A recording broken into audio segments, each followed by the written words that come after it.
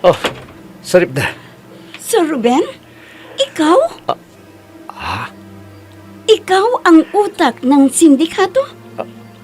Anong pinagsasabi mo? At anong sinasabi mo ako ang utak ng sindikato? Huwag kang magmaang-maangan. Tinutukan mo ako ng baril. Akala ko kakampi kita. Yun pala, kalaban ka. Kinasam mo ang baril mo. Seryoso ka? Para sabihin ko sa'yo, hindi ako basta-basta kinakasa ng baril ng kung sino-sino lang. Ngayon, ako naman. Sige! Magpatayan kayong mag-ama! Dahil ang mabubuhay sa inyo ay siya kong papatayin! Nicole! Salip na! Salvasyon!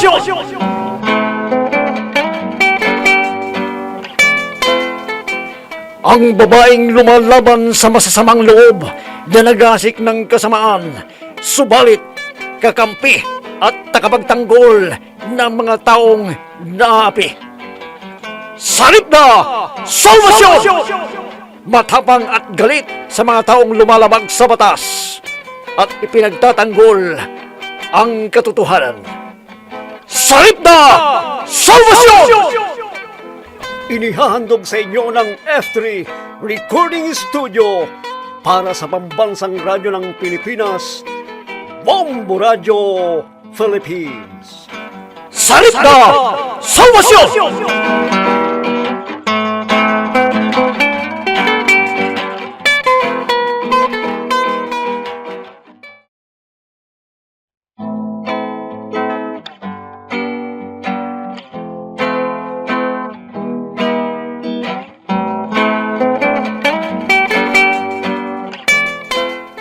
At ngayon mga kaibigan, narito ang dulang pinamagatang Salip na! Salvasyon!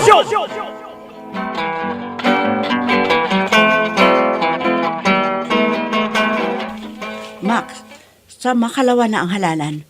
Pero parang wala pa ring pagbabago ang galaw ng pangalan ko sa survey. Mas maugong nga ang pangalan ni Councilor Alfred Acosta. Dahil siguro councilor siya. Ayoko ng ganyang sagot, Max. Gumawa ka ng paraan para masiguro natin ang panalo ko. Ginagawa ko ang lahat ng paraan, Nicole. Denoble ko na nga ang bigay ko sa mga butante. Hindi yan sapat. Dahil sa panahon ngayon, hindi na rin mapagkakatiwalaan ng mga butante. Mayroon dyan na tatanggapin ng pera, pero yung napipisil pa rin nilang kandidato ang iboboto nila. Anong gusto mong gawin ko? Patayin mo ang councilor ng bayan na si Alfred Acosta. Walang problema. Basta ba may... Alam mo na. Inuuna mo pa ba yung kati ng katawan mo kaysa patayin ang councilor na yon? Abay, tumatakbo na ang oras. Kailangang mailigpit na siya sa lalong madaling panahon. Bakit? Sinabi ko bang kailangan kita?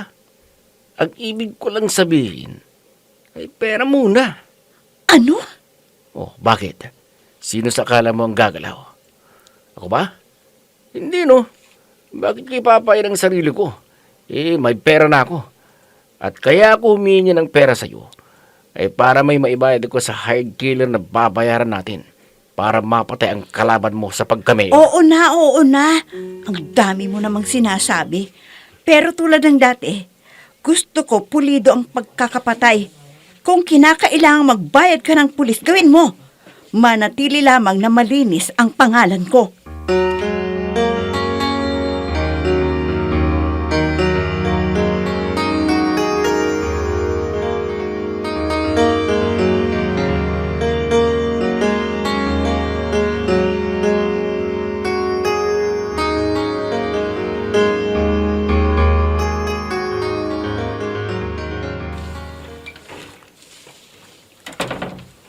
Saripda?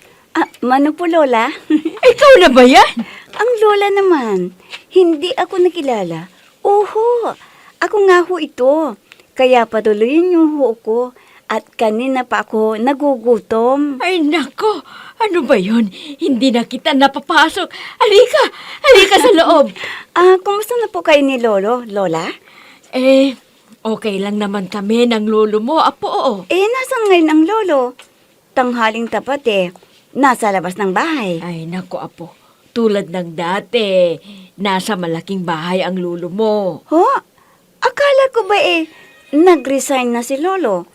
Ang sabi niyo sa akin, nang tumawag kayo sa akin, umalis na si Lolo sa malaking bahay. Dahil nga sa pag-akusa nila sa akin, nang walang katotohanan. Nako, apo. Muling pumunta dito si Don Simon. Ilang araw matapos ang pag-aakusa nila sa'yo. At humingi siya ng paumanhin sa amin. Nakiusap na muling pumunta doon ang lolo mo. Nung una, ayaw ng lolo mo sana dahil nga nasaktan siya sa pag-aakusa nila sa'yo. Pero nang malaman ng lolo mo na hindi na pag-aari ni Don Simon ang naipundar niyang mga lupain, muling pumunta ang lolo mo para damayan si Don Simon. Galit nga si Sir Ruben na dumating ng gabing yon. Halos hindi ko makausap. Pero totoo nga ba na tumawag ka na kinuha ni Nicole ang mga lupain yon? Oho, si Nicole ang kumuha at inilipat ito sa kanyang pangalan. Kung ganun, bakit hindi mahabol-habol ni Don Simon? Kayang-kaya pa niyang bawiin yun. Dahil una, wala namang pag-aari si Nicole Wala siyang pera noon. Bakit hindi hinabol ni Don Simon? May pera naman siya ng mga panahong yon. Paano pa mababaw ni Don Simon ang lupa kay Nicole? Nang tangkain nitong bawiin, wala na sa pangalan ni Nicole, kundi nasa ibang pangalan na. Nasa ibang pangalan na? Oho, ayon kay Sir Ruben, nang tangkaing bawin ni Don Simon ang mga lupa, ay wala na sa pangalan ni Nicole, kundi nasa pangalan ng isang Chinese na ngalang Alicia Yu. Ano?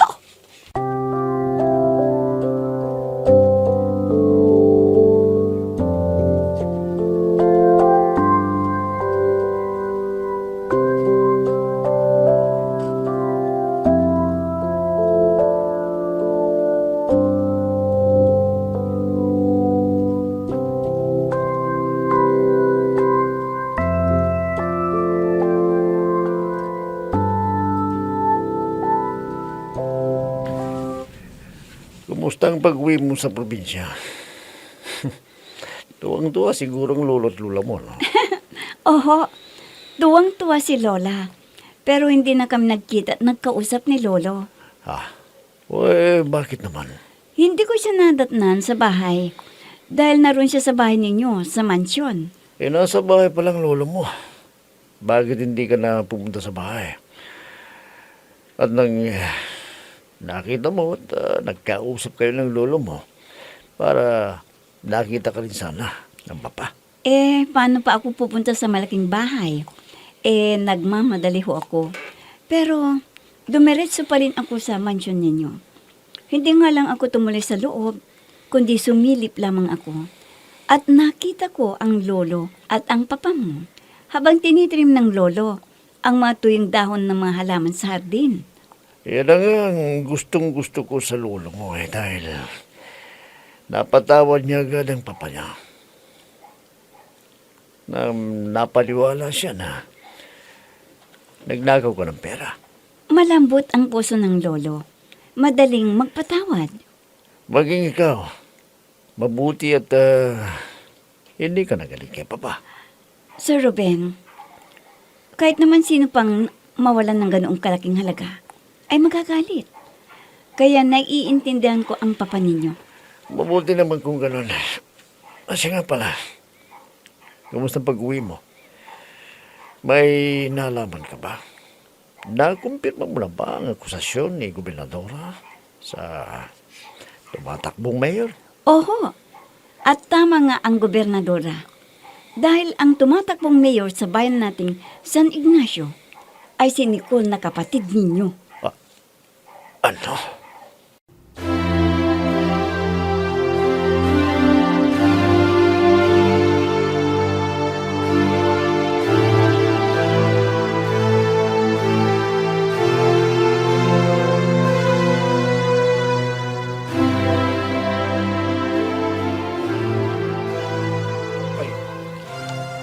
Elmer, may balita na ba sa counselor na nabaril? Si Max, dumating na ba? Oo, narito na ako. At kaya ako hindi agad nakabalik dito. Dahil sinundan ko pa hanggang sa hospital ang ambulansya na naghatid kay Councilor Alfred Acosta para makasigurado ako. At ano naman ang kinahinatnan ng pamamaril sa counselor na yon? At anong pa ba? Tulad ng kagustuhan mo, binaril siya sa puso. Kaya dead on arrival siya. Mabuti kung ganon. Siya nga pala. Yung mga pinapatayong gusali sa isa sa mga lupang nailipat sa pangalan ko. Tapos na ba ang construction? Oo naman, ako pa. Kailangan may tauhan kang nasa front desk clerk na siyang kukuha ng pangalan ng lahat ng papasok doon. Oo, may tao na ako doon. At huwag kang mag-alala. Kilalang kilala ko ang kinuha kong front desk clerk. Kaya wala tayong magiging problema.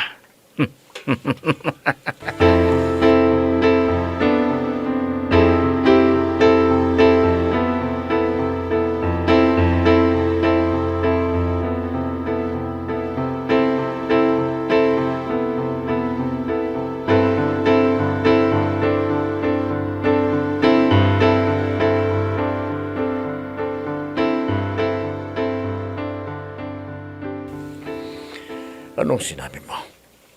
Lilipat ka na ng tirahan? Opo, sir. Opo. Bakit naman? Meron ka na bang hindi nagustuhan sa akin?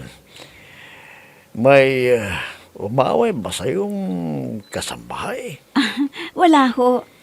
Ang babait nga po ng mga kasambahay ninyo eh. Lalo-lalo na kayo. Yun naman pala eh. Sir, una, medyo may kalayuan sa bayan itong bahay ninyo. Hindi problema yan, Sarip na. Kung gusto mo, ibibili kita ng motorbike. Ho? Oo, para hindi ka na mahirapan pagkukumyan mo. Wag na ho. Pinapahiram naman po sa akin ni Gobernadora yung motorbike niya eh. Isa pa, kaya ko na ho ang mangupahan ng isang apartment. Tulad ng sinabi ko sa inyo, nalilipat po ako ng tirahan kung kaya ko na magbayad ng apartment. Bakit ka pa mangungupahan eh? Libre nga itong bahay ko sa'yo eh. Sir, paano man po kayo makapagliligaw at magkakaasawa kung naririto ako sa bahay niyo? Ano naman? Ang kinalaman ng pag-aasawa ko sa paninirahan mo dito sa bahay. Siyempre, mamaya, sasagutin sana kayo ng nililigawan nyo, tapos mababalitaan o makikita na may babaeng nakatira dito. Mabubulilyaso pa ang panliligaw ninyo.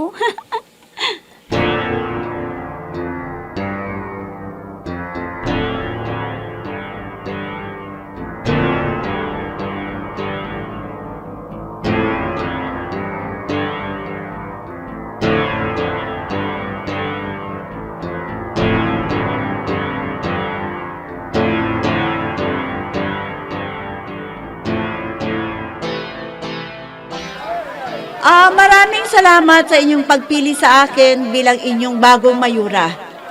At bilang inyong mayura, nangangako ako na ang lahat ng aking ipinapangako ay hindi mapapako. Tulad ng pagkakaroon ng trabaho ang karamihan sa inyo. Nang sa ganon, gaganda ang inyong pamumuhay.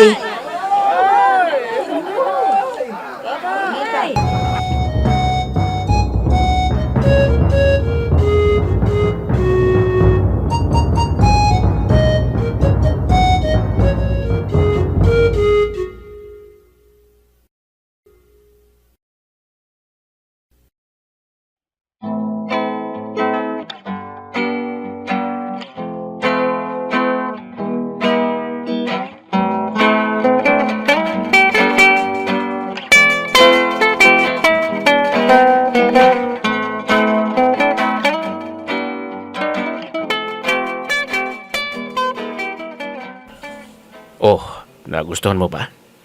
Anong say mo? Maganda, hindi ba? Oo. Pero, kanino ba talaga ang gusaling ito na pinatay mo?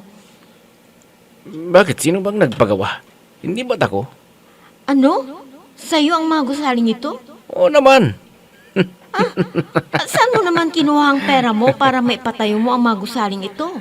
Ito naman, parang hindi ako kilala. Mahusay akong dumiskarte, hindi ba? Oh, ito na yun. Pero kahit anong mangyari, huwag na huwag mong ituturo kung sino ang may-ari ng mga gusaling ito. Ha? Bakit naman? Huwag ka na nga tanong ng tanong. Basta kung ano yung trabahong sinasabi kong gagawin mo, yun ang gawin mo.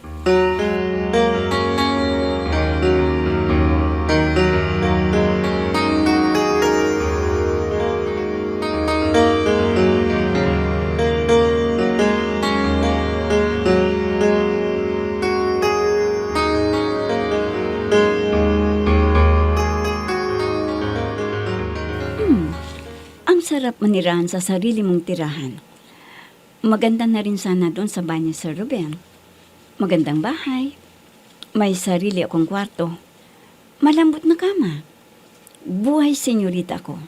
Dahil ang mga sambahay ang gumagawa ng trabahong bahay.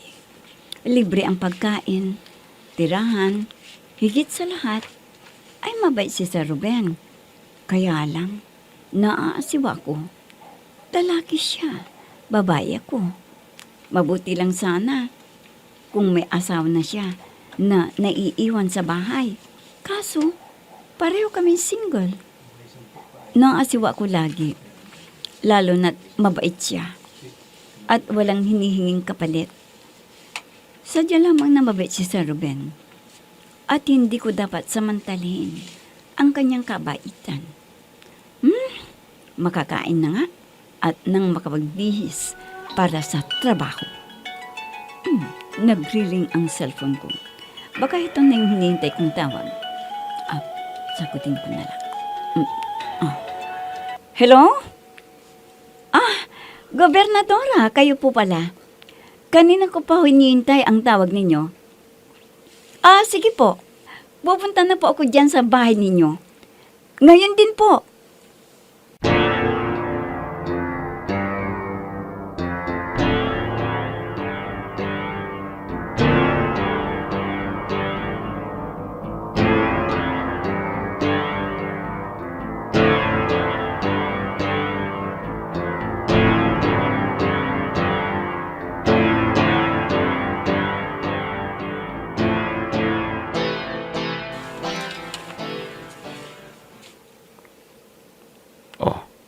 Kumusta na ang unang araw mo bilang front desk clerk? Magaan lang ang trabaho mo, di ba? Oo. Kinukuha ko lamang ang pangalan ng mga pumapasok sa loob at nagbabayad ng entrance fee. Sabi ko sa'yo eh. Pero ano bang ginawa ng mga tao dito sa loob? Ano ka ba? Hindi ba't ang usapan natin bago kita dalhin dito? Iwasan mo ang pagtatanong ng mga hindi kailangang tanungin. Tulad ko, huwag ka nang tanong ng tanong dahil sinasabi ko naman sa'yo kung ano ang dapat mong sabihin at gawin. At yun lang ang gagawin mo. Ang isulat mo lamang ang pangalan ng bawat pumapasok. Singilin sila sa halagang sinasabi ko sa'yo. At tungkol naman sa mga kasamahan mo sa trabaho, ibigay mo lamang sa kanila ang DTR para makapag-type in sila. Yun lang. Yun lang gawin mo. Wala nang iba. Kaya huwag ka nang tanong ng tanong.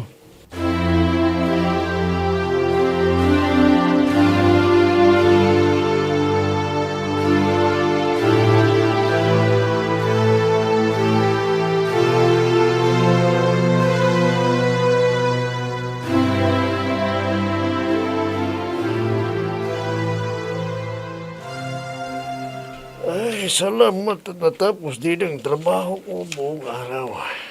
Oh, hindi pa ba sumasakit ang katawan mo? Paano naman sasakit ang katawan ko alaga sa exercise ang katawan ko tuwing umaga. Kaya kahit na matanda na ako wala pa rin akong nararamdamang sakit. Si Don Simon kaya. Kumusta na siya? Okay lang naman siya. Araw-araw kaming naglalakad sa umaga. Kaya tulad ko, malakas pa rin ang pangangatawan niya. Yung nga lang, hindi maiwasang malungkot siya dahil mag-isa nga lang siya ng bahay. Anong ibig mong sabihin? Na mag-isa lamang siya sa bahay? Umalis na ba ang tagaluto niya at tagalinis ng bahay? Sinesulduhan naman ang mga yun ah. Bakit sila umalis? Kahit naman wala na ang plantasyon nabubuhay pa rin komportable si Don Simon dahil sustentado siya ni Sir Ruben. Hindi naman yun ang ibig kong sabihin. Nag-iisa siya sa bahay. Kako, dahil nga wala siyang pamilyang kasama. Sa bagay, tama ka dyan. Naturingan nga may anak pero malayo naman sa kanya si Sir Ruben. Ito naman kasing anak niya Bakit kasi hindi pa nag-aasawa at nang magkaroon na rin siya ng anak para naman hindi malulungkot si Don Simon. Maski apo na lang sana niya ang makakasama niya. Napakapihikan naman yata sa babae si Sir Ruben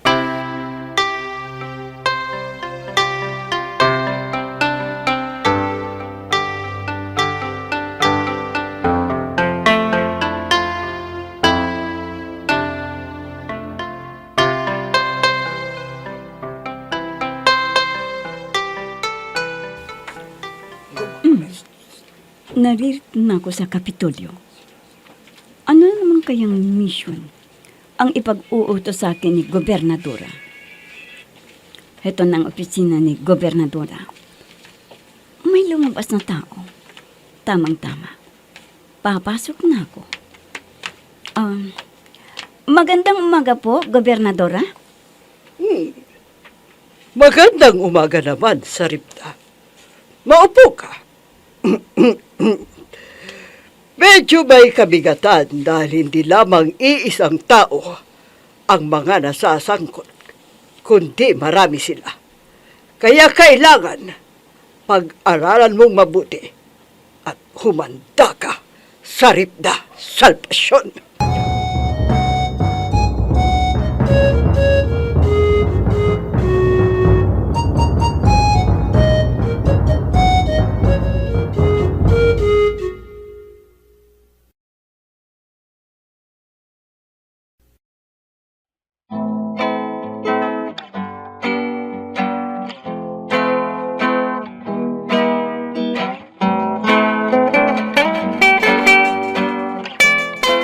Ano kayang misyon ang ipapagawa sa kanya ng gobernadora? Mga kaibigan, huwag ninyong kaligtaang subaybayan ang pagpapatuloy ng ating dulang pinamagatang Salita Salvasyon! Mga nagbibigay buhay, sina Emma Dalupe, Susan Malikdem, Robert D. Guzman, Jun Cabato, Ami Diaz, Oscar Ora, technical supervision at sa musika ni Oscar Ora, nilapatan ng tulog ng inyong lingkod. Mula sa panulat ni Andrea Solar at sa direksyon ni Jun Cabato. Salita Salvasyon! Inihahandog sa inyo ng F3 Recording Studio para sa pambansang radyo ng Pilipinas, Bombo Radio Philippines. Salita Salvasyon!